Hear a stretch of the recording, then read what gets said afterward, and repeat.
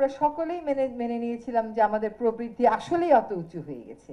সকলেই মেনে নিয়েছিলাম যে আমরা আসলে সাংঘাতিক উন্নয়নের মহাসড়কে চলে গেছি। হঠাৎ করে দেশে রাসেল ভাইপার চলে আসলো। যখনই একটা রাজনৈতিক ডামাডোল হতো, মানুষ তার রাজনৈতিক অধিকার নিয়ে কথা বলতো, তখনই হয় রাসেল ভাইপার আসতো, অথবা ওরকম একটা কিছু চলে আসতো। পট পরিবর্তনের পরে দেখেন ডাকাত একটা এপিসোড শুরু হলো। মনে আছে 8ই অগস্টের পরে রাদার সব বাড়িতে বাড়িতে ডাকাতি হচ্ছে।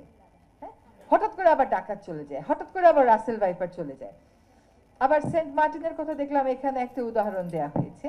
তো সবকিছু যদি বিবেচনা করেন, বিষয়টা হচ্ছে যে আমি যখন আমার মতন করে চালাবো দেশটা এবং আমি অন্য কাউকে কোনো স্কোপ দিব না, তখন কোন কোন প্রতিষ্ঠান আমি দখলে নেব, আমার নিয়ন্ত্রণে নেব, এটা আমি বুঝি। আমি বিচার বিভাগ নেব, আইন শৃঙ্খলা নেব, গণমাধ্যমও নেব।